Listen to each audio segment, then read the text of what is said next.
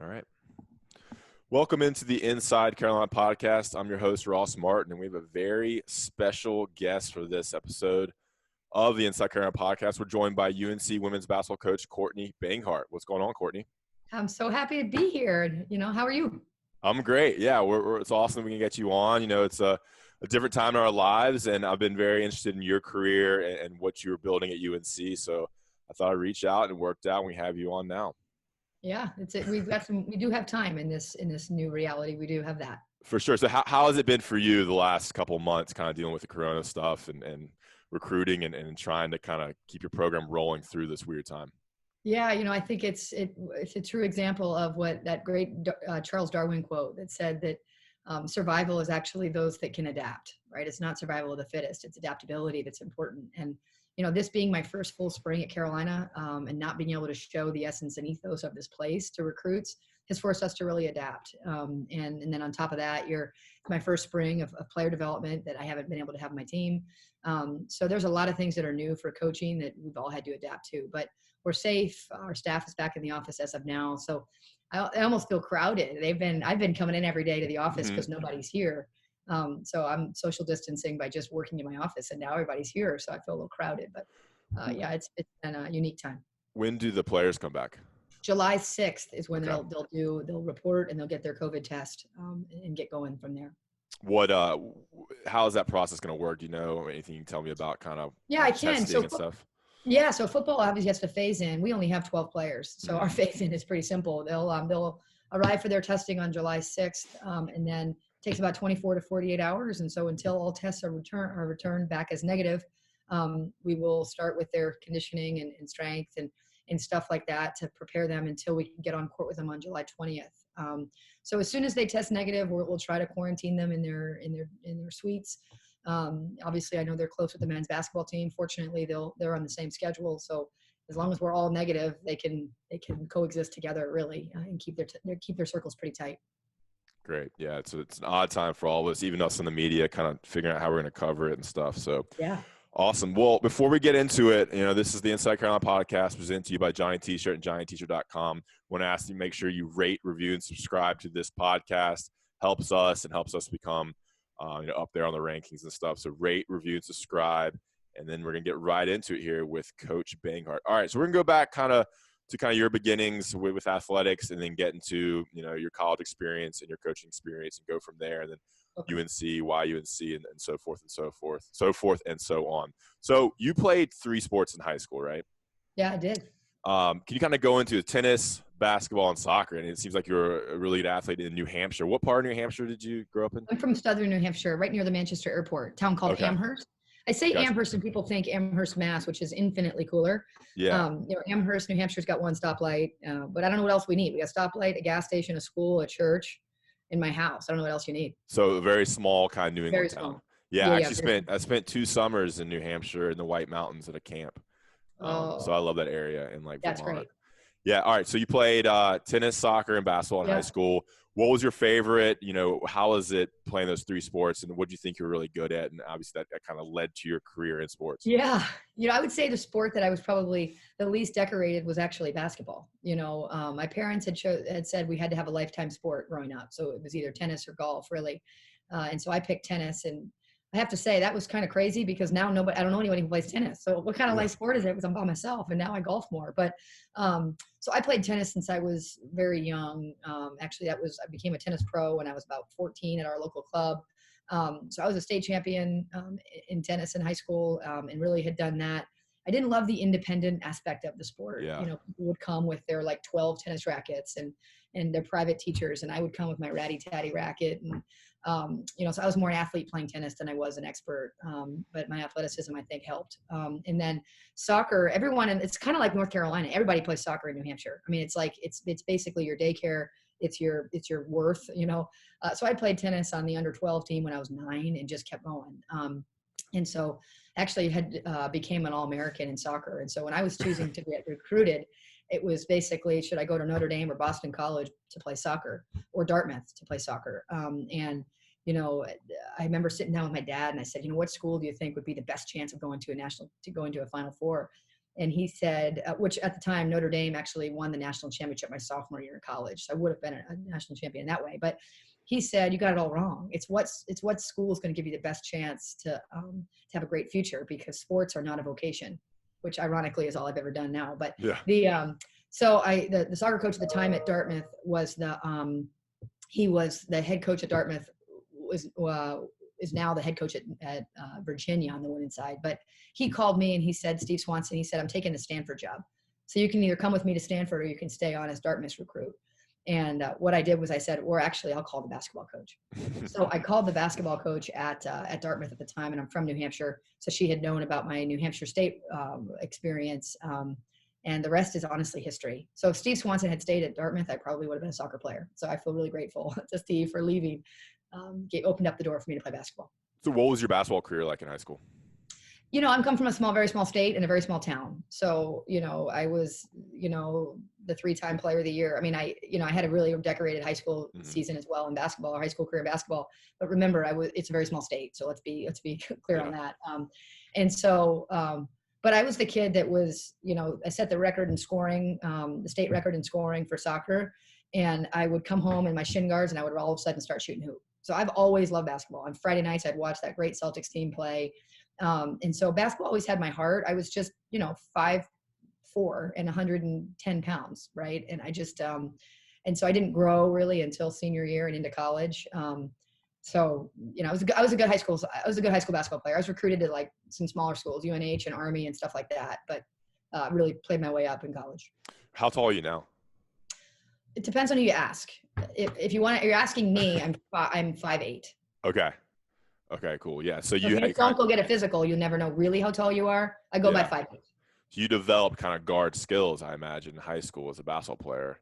Oh yeah. And then you had the, pretty good height, I guess, for a wing. No, not really. I was a small point guard in college. I shot too much to be considered a point guard. But no, I'm still pretty undersized. At the airport, I'm tall. I tell my current team, but I have to wear like 3-inch heels on the sideline to be relevant now. So gotcha. I'm considered quite small, and I'm on slight build. So. Okay. Awesome. So you go to Dartmouth, right there in Hanover. Northern New Hampshire. Yeah, Hanover. Yeah, good. Yeah. I've been there. I've been in that river there. Oh, yeah. I've floating down that a few times as well. I have too. Yeah, we took our days off there. Okay, so you're at Dartmouth, and I've been there. I mean, it's a small school. It's Ivy League. It's probably one of the smaller Ivy League schools. What was that experience like? Awesome. Playing for the Big Green, is that right? The Big Green. Look at you. You got all these facts. Yeah. It was great. For me, it was, you get people from all over the country and all over the world. Mm-hmm. I had to really play up, and that's how I've lived my life. I want to always play up. I played up in age groups athletically.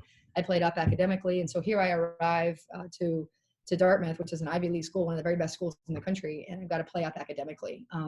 Fortunately, athletically, I sort of always can find my way. So I became a meaningful contributor right away, and had a great career there athletically. But academically, I really had to work. And I think that work ethic is something that has been a key part of my success moving forward. So a great place. Some of my most dear friends are from there, and they're all killing it. Like, I was almost embarrassed to be like, I'm going to get into coaching. Is that cool? But now I think we've all found our way. Yeah, so neuroscience major, correct? Yeah. Yep. That's crazy. I mean, why not, right? Yeah. 3-time starter, Dartmouth, 2-time first team All-Ivy, and you have the Ivy League record with 273 three-pointers, which is pretty crazy. Yeah. All right, so you graduate Dartmouth, great basketball career, and you head to Episcopal High School. You coach there, head coach basketball, women's AD, and tennis. And I think that's where you, if I read correctly, that you kind of gained an interest in teaching and coaching and developing young people. Is that correct? I mean, I think Ross, when you come to the Ivy League, everybody's doing, at least at that time, I'm old now, so it was 20 years ago or more, but everyone's either in finance, medicine, law, so you have this thing called corporate recruiting in the fall of your senior year, and everyone was putting on their suits and studying companies, and I just knew I didn't want to do that. Like, I didn't know what I wanted to do, but that was definitely not what I was going to do. Now, of course, you'd question why go to the Ivy League if you're going to get into coaching. So I kind of fought the coaching thing, right? Because that was an expensive way to go into coaching. As I say, I'm the most expensively educated coach in the country now. But so the athletic director at Episcopal High School called our basketball coach, because his dad was the AD at Dartmouth. and basically said, we're looking for a basketball coach. And I told him I'm not moving down to DC to coach basketball. Like, no way. So I ended up picking up some classes. I taught biology to freshmen. I created a psychology course for seniors, was the sophomore class dean. So really tried to utilize that experience to gain lots of, am I going to get into higher ed or do I want to get into athletic directing? And I got to coach the basketball team at a boarding school, which is like an orphanage. So that's amazing. And, you know, when I got asked to come back to Dartmouth, I thought, well, I can't coach basketball for a living, but you can pay for my master's. So I've sort of really honestly fought this coaching thing for a little while, and it's been well decorated now. But after my 4 years at Dartmouth, in the same week, literally, I turned 29. I was found out as a finalist for the Amazing Race. I defended my thesis, my graduate thesis, and I got called by the athletic director at Princeton about becoming their basketball coach. So I really, at that point, I had to make a serious decision about which way am I going? Am I going to go on Amazing Race? Am I going to coach basketball? You know, but I didn't have any other options. So those were my two options. What year was that? 2007. Okay, cool. So you went a couple years at Episcopal and then back to Dartmouth to be the back to Dartmouth to get my master's paid for, and I became, you know, their assistant there. And I have so I have a master's in writing, an undergraduate in neuroscience, and I'm choosing between coaching or going on Amazing Race. Okay. So what was that decision? Was it pretty easy at that point to go? You know, my brother and I were going to do it. You know, at that time you win $1 million and you don't understand taxes and all that at that age. So you're thinking, I'm going to have $1 million, right? I'm going to split it with my brother.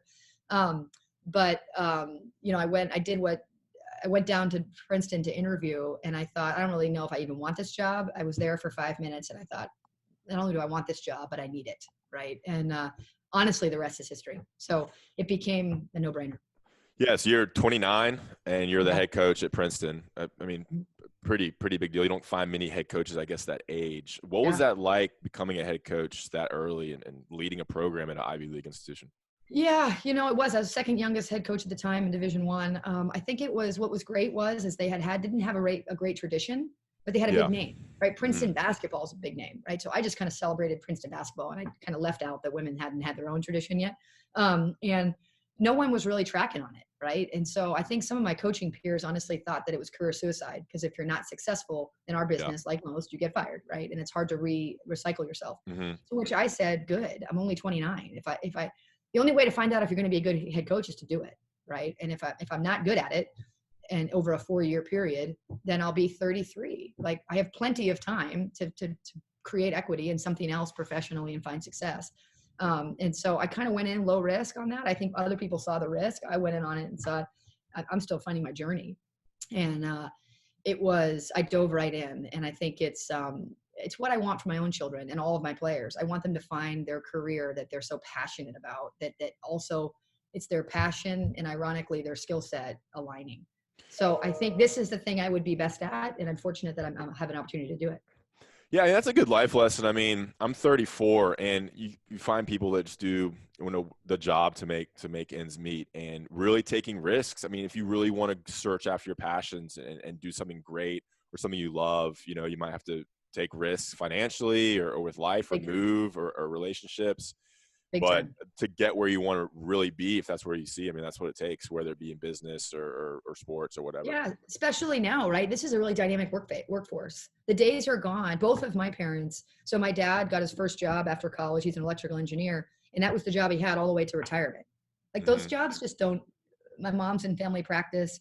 Those jobs just don't exist anymore, or at least not for me, that I'm going to take one job and I'm going to evolve as my brain and body and soul are going to evolve, and I'm going to stay in that job for 30 years. Right. And so your adaptability is really important, and your willingness to try things on and to just, I always say, you just can't suck. Like, you just can't. You just have to work hard enough that, like, what's the risk is not being successful. Well, that's just not an option. So there's actually no risk. I will be successful. There's no other option. And there's just regret if you didn't try for things in life. Yeah. And like you said, like, this is a weird time. I mean, and with technology, there's so many opportunities for anyone. Like, I'm doing a podcast here. I could be doing with anyone in the world. There's just opportunities to grow in whatever fields. Awesome. All right. So you're at Princeton. I mean, you have great success there. You go, so your winning percentage was 71% winning percentage, 71.1 winning percentage, 81% in the Ivy League. You had 8 NCAA tournament appearances. Over how many years was that? Well, over 12, but really 8 of the last 10. So my first year at Princeton, we were 7-23. Okay. I hadn't lost that many games in probably 4 years in college, right? And then the Yeah. second year we were 14-14, and then the third year we were 26-2. So really Okay. that third year is important in our business, because your first year is culture regain. It's coaching the team that you were handed. The second year, you've kind of started to shift all of that. And the third year, you have at least, hopefully 2 years of your own kids. And Yeah. that's what I did. That's what happened at Princeton. Yeah, I mean, that's important because we'll get into that with program building, because I think that's so interesting because it applies to all sports. I cover football and basketball, but it applies to men's basketball and applies to all sports. All right, 7 Ivy League titles, 30-0 in 2015. So great success, and you're trending up. What how often did you get interest to go other places? Because I remember kind of reading when you got hired at UNC that you definitely had interest, but you wanted to wait for the right opportunity. Yeah. Start getting more national interest from bigger programs, and what decisions? Quickly. Really? I think Princeton. Yeah, I think the Princeton tagline is important, right? It's a what you get in there. You're getting someone who has had to be around and had to associate with people that you can trust, that I'm educated enough to make good decisions, you'd hope, right? And so I would say after my fourth year was when I was offered the USC job out in Southern California. Okay. And then from there, it was just every year. I mean, I only went on a few campuses because I said no so quickly. And then the last time I went on a campus and turned a job down, I was like, I'm never doing that again. I'm never going on another campus and turning a job down, because you feel terrible about it. You feel terrible. I don't want to be tagged as the person who never's going to leave. I mean, all that. So I just ended up just like, in March, I would just turn my phone off and be like, and I also really honed my search. I said, I didn't think Carolina, I knew they had a lot of alums. I also knew that, I wasn't going to take a job because maybe I can get the Carolina job. If I can't get it from Princeton, I'll just stay at Princeton. It's no big deal. I'm kicking everybody's ass. It's great. So any other jobs that you turned down that you want to tell us?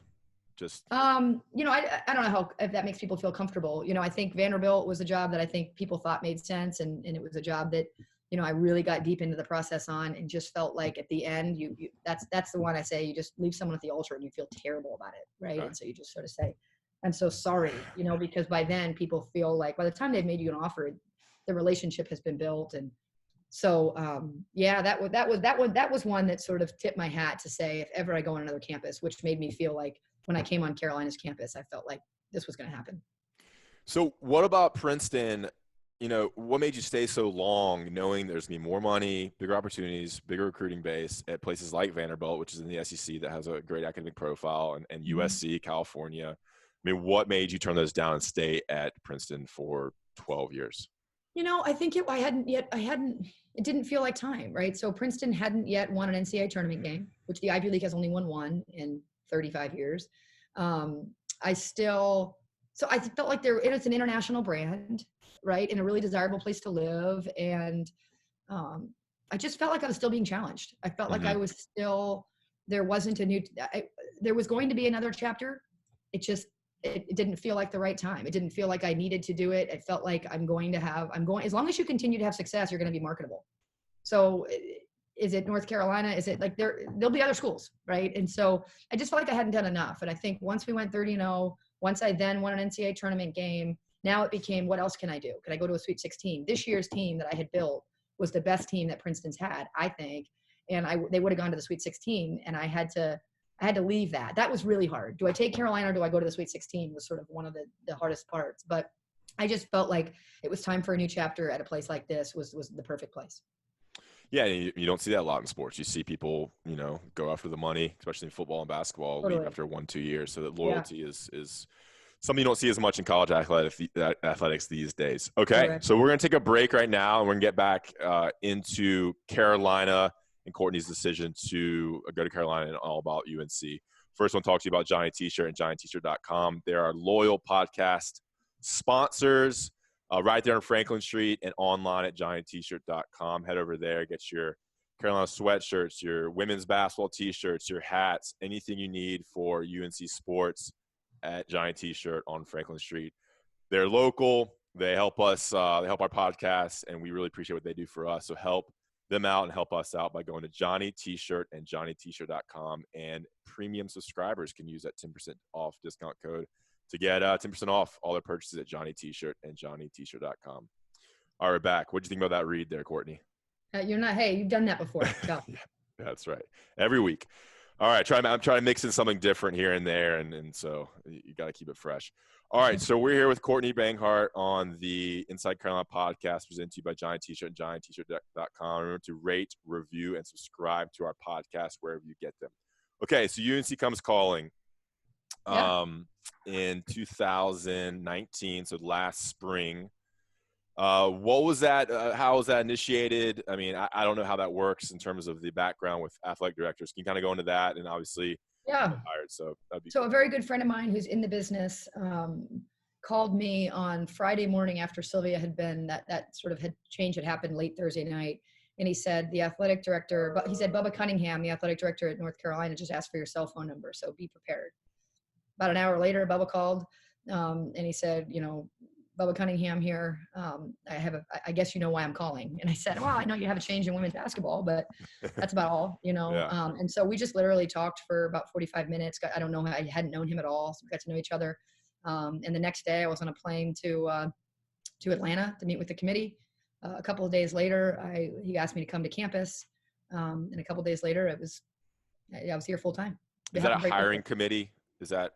Yeah, so it's basically his inner cabinet, right? So okay. I think like all decisions, this is an important decision on this campus, and I'm so grateful for that he made it. But ultimately it starts and stops with Bubba, just like my recruiting decisions start and stop with me. But the committee it makes sure that there's no blind spots. It makes sure that there's and then on campus there was another giant committee, so he got a lot of insight from the people around him. I'm sure that people he trusts and a lot of people that I spoke to, but ultimately he's got to make decisions that are right for the department, and it starts and stops with him, just like it does in recruiting. So it's very similar to how we operate in our business on our sport. So the meeting in Atlanta was kind of like an interview, I guess. Yeah. Very much. And then you're on campus the next day, you said, or the next 2 days? No, I'm like, that was Easter. So Easter was the next day. And so, I was still coaching I wasn't still coaching, but we had our banquet Tuesday night. We had I had skill workouts Monday, and I was really developing that player of mine that got drafted at number 5 this year. So I had some workouts with her that I wasn't willing to move. And then Tuesday we had our banquet. And then Wednesday I was like, hey, I'm going to be down recruiting in North Carolina on Friday anyway. How about Thursday? So it ended up being a couple of days later, but once you're agreed to interview, it sort of means that you're in that place, really. Yeah, and so the Thursday was like the visit to see UNC and check out all the facilities and things. Okay. Yeah, well, not facilities because the staff was still working, so I didn't get to. I just got to see campus. I got to meet Bubba, and I got to do stuff over at the Friday Center. But I got to drive. He drove me through Franklin Street and stuff like that. But you come a little bit blind at this level. You don't get to open all the curtains. Gotcha. Okay. So what was it about UNC and them calling that ultimately made force you, or not force you, but yeah, I think first and foremost, honestly, you're, just like when you're recruiting, the recruits have to know that they have my trust. I have their trust, that they're playing with me as their head coach. Right. And so in that case, just like with UNC, Bubba really was that first line of attack for me. Is he someone, when I looked him in the eye, that I could trust? Is he someone that I knew was going to be a good teammate? Is he someone that I wanted to give all my professional effort to, right? So we really built a real relationship that mattered to me, and I felt like I could trust him. That was the first thing. And then second of all, you're not going to go from an international brand of Princeton to a regional brand. And I'm not going to pick on any schools, but a lot of schools are regional. They like to say they're national. The schools are regional, right? And so I wasn't going to do that. So that already knocks off like 99% of the schools you're willing to go to, right? And then also the academic background. I've got, as we've talked about, my educational background is going to be important in how I recruit and how the structure at which our program is based upon. So the academic pedigree of this school mattered to me. So you have to have a international brand, a high level of academic integrity. Also the fact that the reason I had to leave Princeton is I didn't think I could win a national championship there. Mm-hmm. Everyone's going to tell you can win a national championship anywhere. It's just not true. It's just not, right? And so North Carolina has proven it, and they care about women's basketball. That's an important thing on this campus. So that had to be the case. Otherwise, why leave, right? And then I'm kind of a snob about where I live. Like, I don't want to live in Palo Alto. I don't want to be 3 time zones away from most of the people that I'm around and associate with, right? And that you play your games when everybody else is asleep, right? Mm-hmm. And so, I'm a snob about where I live, and this area really is pretty special. So kind of, it crossed off some of the most important boxes for me. But that's not to say transitions aren't hard. And to be honest, transitions are so hard, a lot of people don't make them. And then on top of that, rebuilds are exhausting, right? Mm-hmm. You work hard to have your team in a place where you don't have to rebuild it. And then you take a new job and you got to rebuild. So it was not an easy year by any stretch. But I knew that. I didn't expect it to be easy when I took the job, and it met me there at difficult. I'll tell you that. Yeah, and you mentioned national brand, and a lot of people say that about UNC, and a lot of it is because of the men's basketball program, Sure. The color, the Yeah. connection with Jordan Brand. I see you're wearing a Jordan Brand thing. Yeah. You know, what's that kind of like? Kind of, obviously that was an allure, but Yeah. the national part of UNC and the International, really. Yeah, sorry, international. And the connections to Jordan and the influence that men's basketball has. I mean, can you speak on that and that influence on your decision and women's basketball? Very similar, like Princeton, right? Princeton's basketball brand on the men's side is something where there's a rich tradition. People are totally into it. You can be in LA or in Paris, and people care about Princeton men's basketball, right? That's how it is at North Carolina. So we have a grad transfer coming in here from Czechoslovakia. She was Illinois' leading scorer last year and for multiple years in the Big Ten. And for her family back in Czechoslovakia, they're like UNC or Tennessee, like North Carolina. Like they know North Carolina, right? And so, you know, if you're going to really build something special, I don't want to be stuck to recruiting in a regional database, right? And so, if your brand is massive, then you can recruit nationally. And so, the men's basketball tradition, and I'm a basketball freak, so on my free time, I get to go watch the men's basketball team play. You know, that's an advantage. You know, so yeah, I think just like Princeton, I think you can really promote that you love the sport you love the most. You get to it's played at the highest level here on the men's side, and you can go to those. You know, we always say you get men's tickets if you come to Carolina. Yeah, just the emblem you're wearing, the Jordan Brand, the color. I mean, it's just perfect for UNC, and like it helps out football. It helps out, the color. It's great. I mean, UNC does benefit a lot from just the things that the color, the emblem, and Jordan. I mean, you watch the ESPN documentary. I mean, it was just such good free marketing advertising for UNC. 100%. You can't buy the greatest player ever, so it's crazy. So a little bit. You got to UNC, and obviously it was kind of a messy divorce with Sylvia Hatchell. How did that kind of work? You becoming the head coach and kind of navigating that path of the transition. Yeah, it's a perfect word for it. It was a messy divorce, and I think when you're in a messy divorce, everybody is affected, and everybody's kind of meeting it with their own eyes, right? So what I honestly did is I'm very forward thinking in life, right? What happened yesterday is just it happened yesterday, and that page has been turned. And so we utilize our experiences to guide us forward. But I'm very forward thinking. So I just didn't. I immediately did what I would do if it wasn't a messy divorce, and that was build trust. But because of the messy divorce, it was two words: patience and persistence. So there were going to be things that I was going to be really patient about, and there were going to be things I was really persistent about. And there was fractured relationships up and down, through our team. There were fractured relationships in the recruiting space in the state. There were fractured relationships in the alumni base. There were fractured relationships in our season ticket holders. I mean, there was just, it was sort of, you meet everywhere you go, you sort of meet people that have been fractured in some way by the divorce. And I just was authentic to patience and persistence and making sure that people got to know the real me, and you'll want to jump on board when we start winning. And that's been proven to be the case. Did you keep anybody on staff in terms of, I know you brought in your own assistant coaches, but anybody in terms of strength and conditioning, training? Is there anybody so the trainer and strength and conditioning coach and team doctor have remained, and they're still with me. Okay, cool.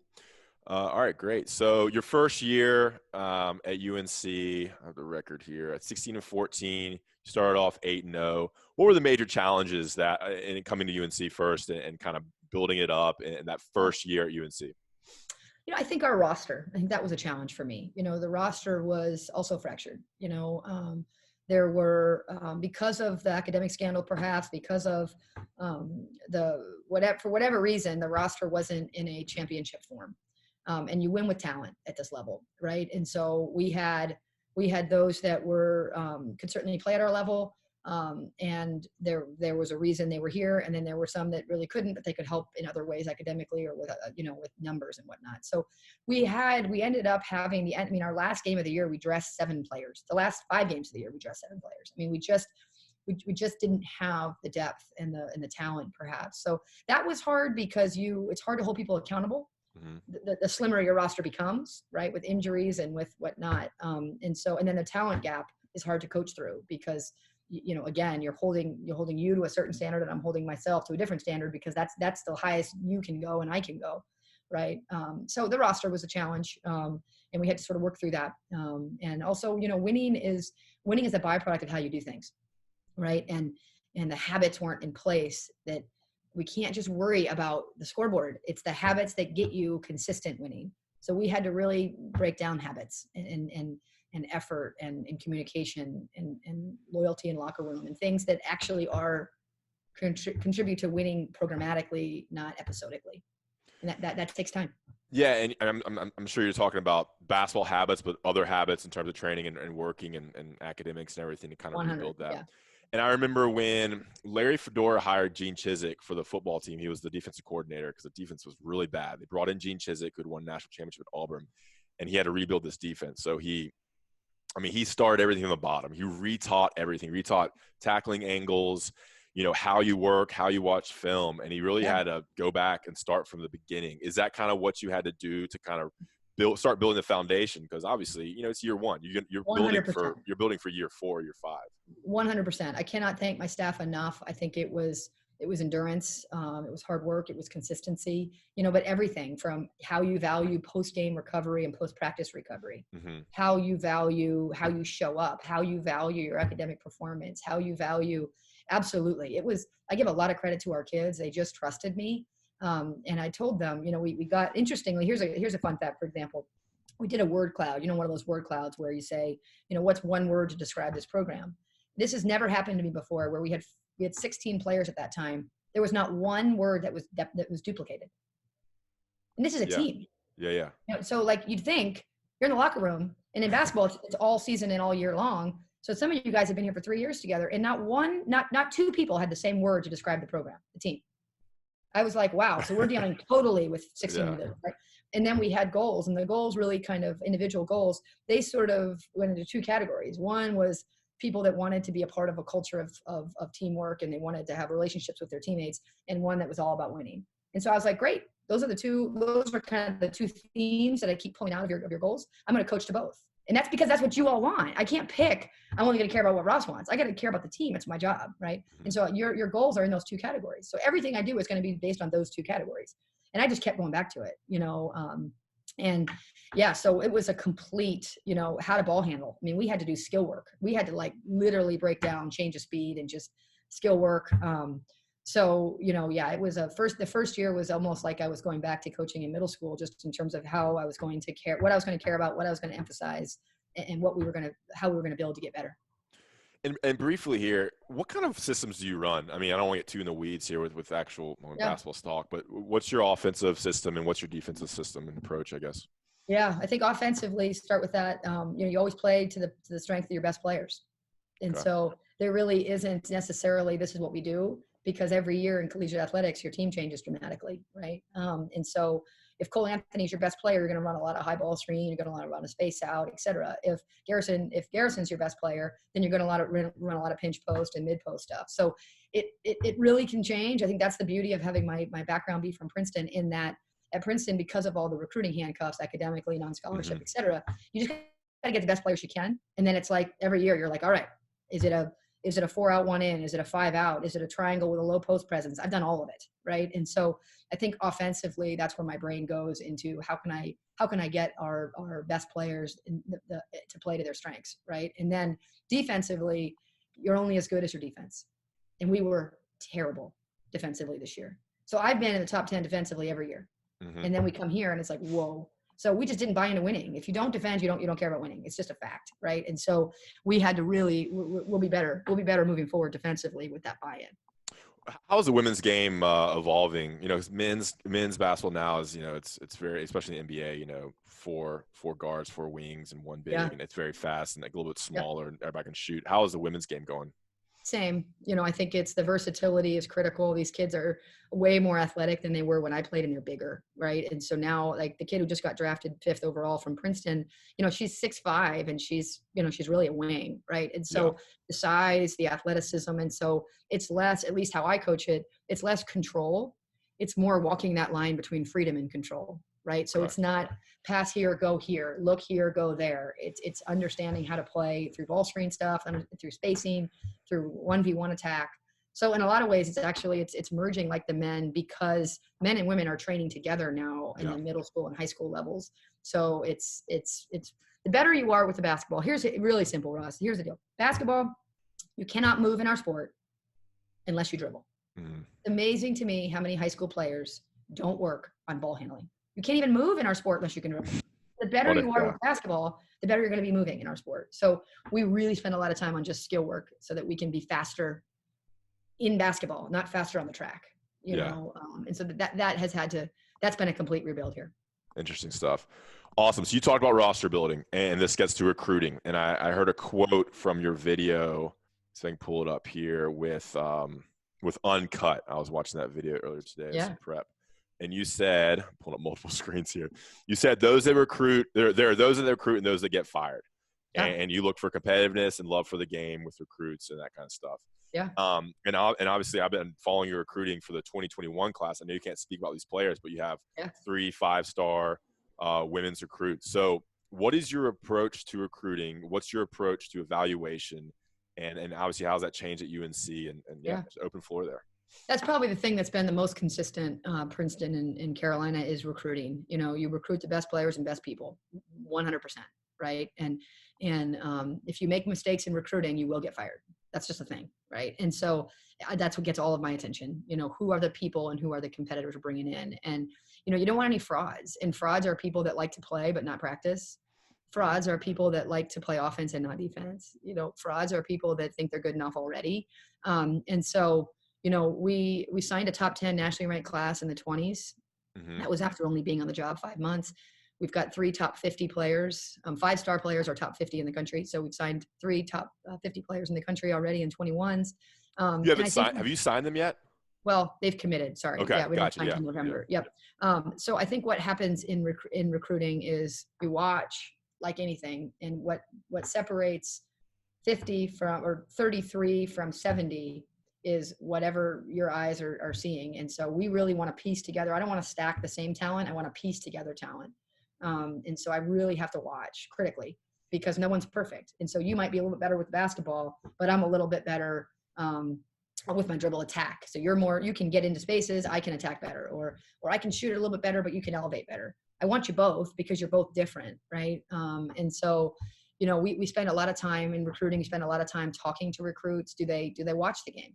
If you ask them who their favorite player is and they don't have one in the WNBA, they don't watch the game. How much they really like the game if they'd rather play Fortnite than watch a WNBA playoff game, right?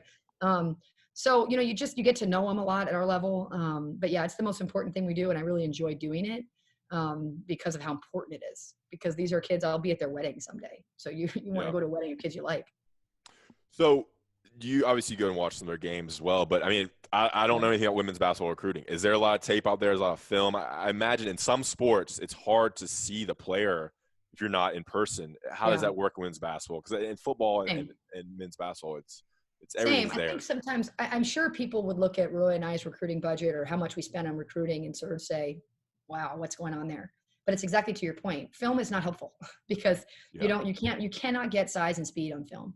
And the nuances of the first dribble versus a second dribble, right? How low you're getting, how you're playing in tight spaces, how quick your release is, all that stuff. And so, we might have to see a kid 7 times.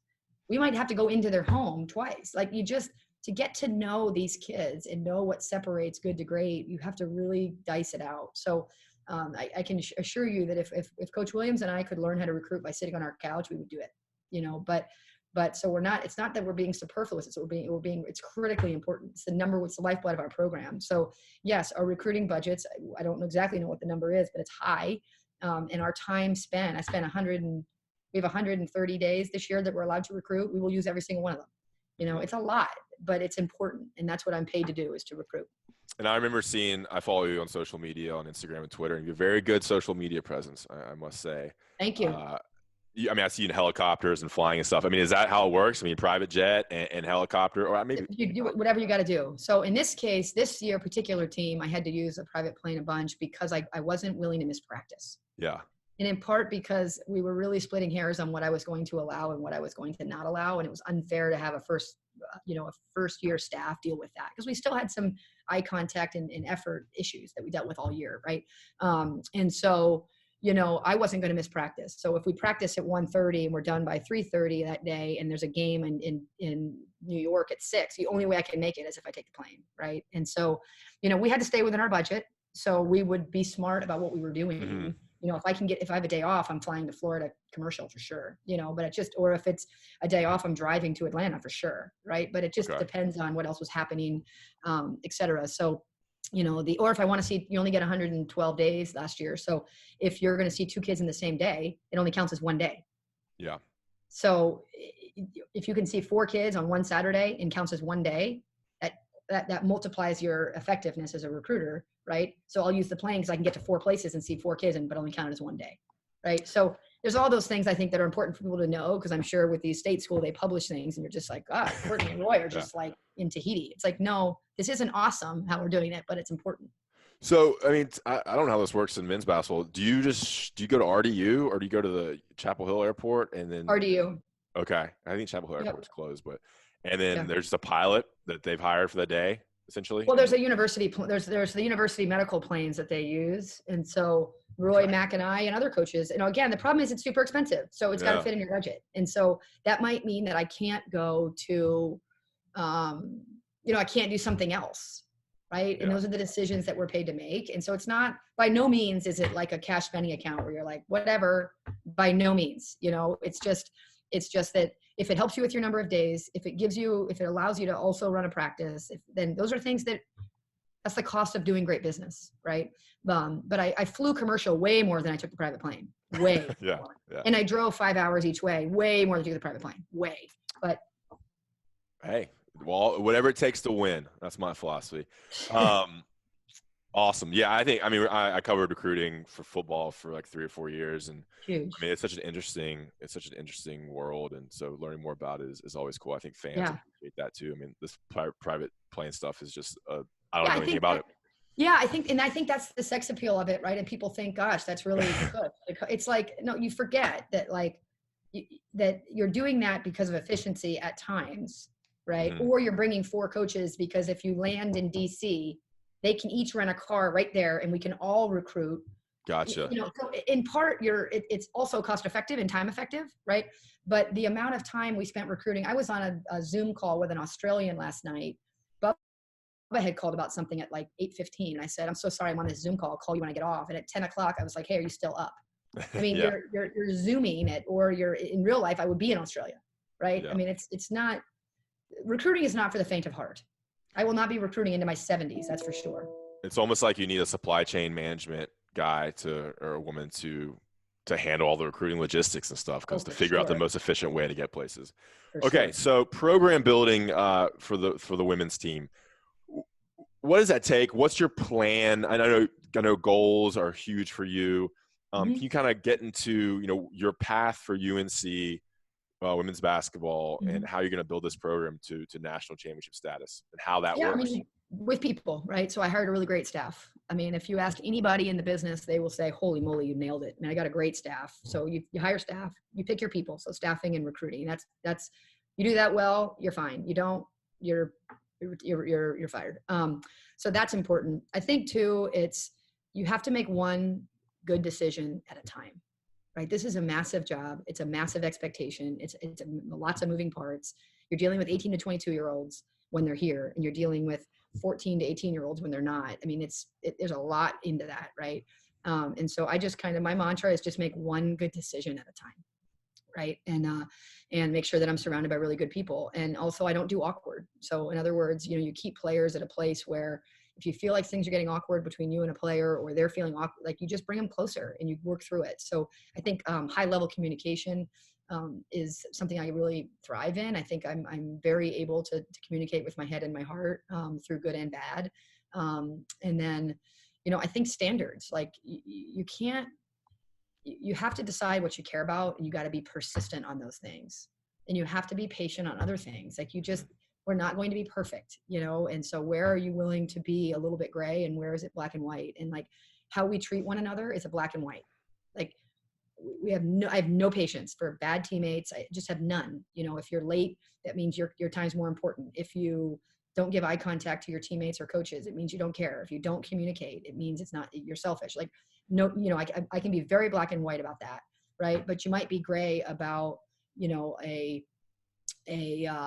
gosh, I'm trying to think of all the different things we have to be gray about, I'm so in recruiting right now. It's hard to kind of work through that, but there's a lot of things day to day that, you might wish that they ran harder in practice, but unless you have biofeedback, you can't determine that. Right. And so instead, that's just a process. Work is a learned skill. Not everybody's born with it. So teaching people how to get to work harder, you have to be grayer about, because I might have an easier time teaching you to work hard than I do this person, because it's a learned skill. Right. And so, I think you just build being really sure on what your core foundation is going to be. You don't take shortcuts, which in this business is hard because this is not a patient business, and so there's people that are going to expect us to win more games this year than we did last year. I'm probably going to start 3 freshmen. So be patient with me. We're building it the right way, because to get a national championship, they don't want me to win one and then be terrible. This place wants me to basically bring them back. And so there's going to take time to build that foundation. Yeah, and we'll get into the goals and also the roster. But yeah, what you said about, communication, I think is so critical. I mean, tough conversations are a challenge for a lot of people. And that honesty and being honest and being clear about expectations and then having those tough talks, I think is a core part of being a leader. So that was very interesting to hear there. Anything else on leadership? I mean, you have don't you have a degree in almost leadership or something? I studied it. Yeah, I studied it in graduate school. Yeah, I mean, I think it's just leadership is how much do you care truly? Don't say you care, show it, right? Yeah. And if you asked any of our players, they would tell you how much I care about them, here at Carolina especially, right? And of course at Princeton, and communication. I mean, if you care about someone, you tell them the truth, and the truth is not always easy to hear. And my players know that. If you want to come in and talk about playing time, it's no problem. I'll pull up all the practice clips. I'll pull up all the stuff I can pull up our shot chart. I can your individual efficiencies, et cetera. I'm going to be really clear with you because you deserve it, right? If I think I tell this story that there was a kid at Princeton that one time I pulled her aside in practice. They were jogging off to water, and I said, "Come here a sec." And I said, "Are you giving me your best today?" And she kind of looked at me and hesitated for a second, and I said, "I'll always give you mine." And so it doesn't always have to be berating. It just has to be, if I didn't say that in that moment, the whole practice would have been half-assed for her. Right. And so you just have to meet the hard conversations and the hard decisions head on in this business. And that's exhausting and important. Great. And we're going to get to the final part of the interview next. We're going to take a quick ad break. Ad space. All right, great. So 1, 2, 3. We're back with Courtney Banghart to kind of close out this interview. She's been so gracious with our time. It's been really interesting for me. And we've dove into a lot of different topics that I think can engage more fans in women's basketball, and I think can help people in their line of work and business and how they approach life and things like that. So I hope everybody's getting a lot out of this. Okay, so let's go quickly into your roster for next year. What you expect? I mean, I don't want to lie to you. I don't really know much about your roster, so I'd love to hear about it and happy to do it. What you expect for next year. Yeah, so we had to, I only brought, now I've got 3, I think it's 3 total that were coached by Coach Hatchell. That's it. 3 total from in year 2 that, so we had a massive roster changeover. From the senior class, we've got Janelle, who's has been a very consistently celebrated part of our program and in the league. She's been an all ACC performer now multiple times. So she's inside. You've got her, and then you've got Leah, the shooter, local kid, North Carolina shooter, kind of more of a specialist there. And then we brought in a grad transfer from Illinois, from Czechoslovakia, who has a great amount of experience. So those are the seniors. You got the junior and Jalen Murray, who's a redshirt junior. She was going to be a senior, but now she's gained an additional year because of an ACL injury. She missed all of the last year. She's your hype man. She's your heart there. So you got those guys. It's all you have for upperclassmen, 4 total in what is the best conference in the country for basketball.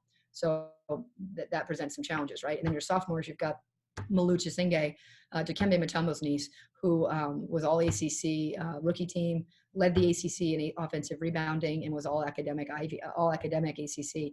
So she's just a huge piece. We're bringing back as a sophomore. And was she your recruit? I recruited her at Princeton. She said no. She was Sylvia's recruit and then she decommitted when Sylvia left. I re-recruited her. Okay, so gotcha. So the sophomores are kind of the ones you brought in, I guess. Well, the sophomore, the ones I inherited. There's only 2 of them remaining. Okay. And so her, Malu, and then Kennedy Tucker, who's a point guard from Arkansas, who saw a lot of time early in the year and kind of deteriorated a little bit as the season went on, but we expect to have a better sophomore year. And then I brought in a transfer from Michigan. Her name's Ariel Young. Her dad is the top assistant at Florida State men's hoops. Really awesome family. Mom was a pro, played at Auburn, et cetera. So she isn't able to play games for us until January, which is a total bummer, but she's going to be great. So you've got kind of those 3 total sophomores, and then you got 5 freshmen. You got the headline of the class, Deja Kelly, who top 10 player nationally, scored over 3,000 points, 6A player of the year in Texas, state champion. Jordan Brandon, All-American, McDonald's All-American. She's kind of the Cole Anthony of on the women's side. So she's from Dallas, Texas. And then you've got Alyssa Utsby, kid from 6'1" or so from Minnesota. Really great athlete, 3-sport athlete. Northwestern, Stanford, those type of places. So she's going to be really great on the wing as well. And then we've got Ali Zelaya from Arizona, who is a 6'4", really long, offensively skilled kid. Recruiting her a bit at Princeton, a high-level kid.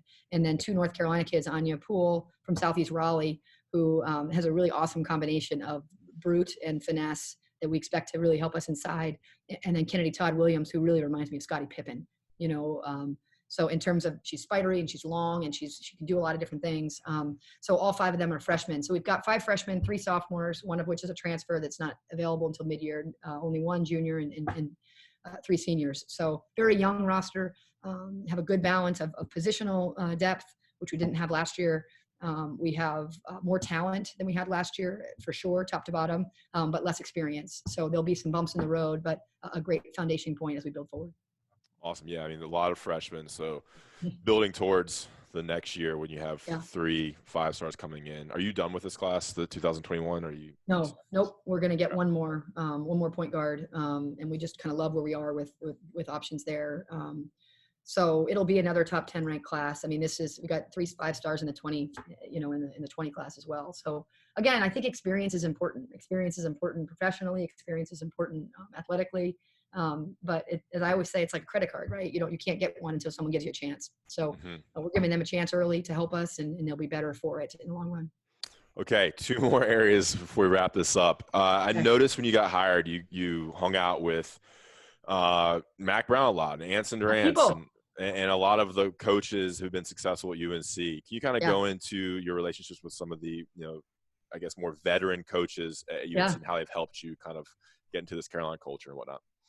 Yeah, well, I mean, some of the more famous ones, you've got, Mac Brown is just we talk at least weekly. I think he kind of looks at it like we came in together. I know one of his main avenues of getting back into coaching is to mentor younger coaches. And when I say he hasn't just helped me along, he's pulled me along. He's been my brain, he's been my heart, he's just helped in recruiting. I wouldn't miss a football game for all the tea in China now because of him. I just think he's become a very, very, very special friend for me, which has been really helpful. And he can see me at my worst. I can reach out to him at 10 o'clock at night, very frustrated, and he always responds. Him and Sally have been great.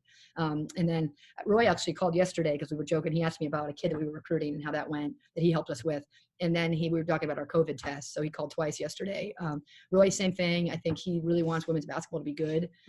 He's hilarious. He calls me kid, and I call him coach. That's about right. But same thing, even when I'm tired and I don't feel like being back out of the house, I won't miss a men's game either for as long as I can because of supporting what he does and what his staff does. They've just been great for us and to us. Anson Dorrance, him and Jenny Levy from lacrosse and I are in a book club now together. But Anson, same thing. I mean, he's just been, I interviewed him for my graduate thesis. So I've known him a very long time. Okay. And he's sort of professorial in how he operates, and so am I. So we're similarly aligned professionally, which has been fun. I'm having dinner with Jenny on Friday and her husband women's lacrosse. Really the coaches here have really taken me under their wing. They want women's basketball to be good. And I think they believe in how I'm doing it. I work out in the same gym that Karen Shelton works out in. I'm not quite as fit as her. I'll just be clear on that. But, she and Roy coming and Mac all being back in our gym, Karen hadn't gone to a women's basketball game in 30 years, and having her back and being a part of our program. I have a great picture of her and Roy that I came to our game, and I actually sent it to both of them. So I put it in a frame for them so they could have it in their office. So yeah, the Carolina community is real. I remember when I first got the job, they were giving me buzz lines like, make sure you say Carolina family, make sure you say, and I was like, whatever, I'll say whatever. And now like it's real, and I'm grateful for it. Yeah, women's sports at Carolina are spectacular with women's soccer, and then field hockey and lacrosse are like building dynasties. It's totally crazy. Yeah. Awesome. That's awesome. Okay, this is the fun part here. Couple quick fire questions here to kind of get a little personality here to our listeners. Music. What's your favorite band? Favorite type of music? I love reggae as a certain type of music. And favorite brand, I sort of, the best concert I ever went to was listening to OAR at Red Rocks out in Colorado. Nice. Crazy game of poker. You bet. I'm actually low-key huge OAR fan back when I was in high school and college. Don't be low-key. I know, that's the thing. It's like saying you like the samples, right? But when you go see, I went to Zach Brown in Wrigley Field, and that was a blast too. So I just like music. OAR, it's such a throwback. It's so funny. Totally. Okay, any hobbies? What are your interests outside of basketball? I mean, everything. Yeah, I love to sail, which sounds really white collar, but I love to sail. I love to water ski. I love being on the water. Okay. So I grew up on a lake, and so that part's been really fun. And then I like to read, which is kind of a throwback to my academic nerdiness. But I love to read. I love to exercise. Lots of different things. I like to travel. I mean, I really love to travel. Whenever I retire, I might even sell. I might not be one of those that sells everything and just spend 6 months or 3 months in different places all throughout the world. Where are some of the best places you've been? Oh gosh, everywhere. I mean, I love Cinque Terre, Italy. I love the islands, the BVI's, Palm Island, etc. I love all those places. I love our own country. I mean, I love Hawaii and Alaska. I hitchhiked through Alaska for 3 weeks when I was about 21. So, I just love to travel. I love Glacier. I love Chicago. I mean, everywhere. I love to travel. Awesome. Favorite restaurant in Chapel Hill? Oh, you guys have me working too much. So we take recruits to obviously Top of the Hill, City Kitchen, 411. But honestly, I'm so terrible at anything Chapel Hill because for the last year, literally all I've done is recruit. So. I remember airport. I say RDU Airport is my favorite meal. Right. The Bojangles in the airport. Yeah, totally. I remember Larry Fedora on a podcast had no idea where stuff was in Chapel Hill. I mean, it's crazy. I literally still need a map. If I had to go to the grocery store, this isn't not joking. If I had to go to the grocery store, I know I get on 54, but do I go under the overpass or I'd probably still need my map. Yeah, I'm just year 2. These are all year 2. I hear you. All right. What do you like most about Chapel Hill? Obviously, you said you like where you live and you need to, that's important. Yeah. What do you like most about this community? I live about 2 miles from campus. I love that it's that I can be around highest level athletics. My kids can grow up in that environment, but yet I live in a town, but yet I can go 2 hours to the beach, 3 hours to the mountains. And also you have the arts and foodie place as well. So I love that I'm from New Hampshire where the cities are irrelevant and the foodie scene is irrelevant and there's not a lot of arts and there's no I just love that I feel like I can do anything from here in a day. What stood out about, Southern culture? I mean, has that been people? So I went to the grocery store. So I lived at the Residence Inn or something like that for 3 months. It was terrible when I first moved here. Just living in a hotel is not as sexy as it sounds. But anyway, and you go to the grocery store, right? And you're picking out your broccoli and maybe you have a call. So you're on your headphones or maybe you're trying to decide between organic or not. And in New Jersey, people are reaching around you or sighing because you're taking too long. And here, you don't even realize you're holding people up. And then you're like, oh my gosh, I'm so sorry. And then also no one honks their horn at you. And so just the pace is better. People are so genuinely nice here. And I think it's made me nicer and I'm grateful for that. All right. That about does it for us. That was awesome. Courtney, we really appreciate you coming on. I think, like I said, I think fans who have not invested in women's basketball will love this to get a chance to know you and kind of get a chance to know the trajectory of women's basketball and what you're building. So we really appreciate your time. Come on out. That's what makes football games fun, is people are there in the stands. So our product is worth it. So come on out. Awesome. All right. Thanks so much.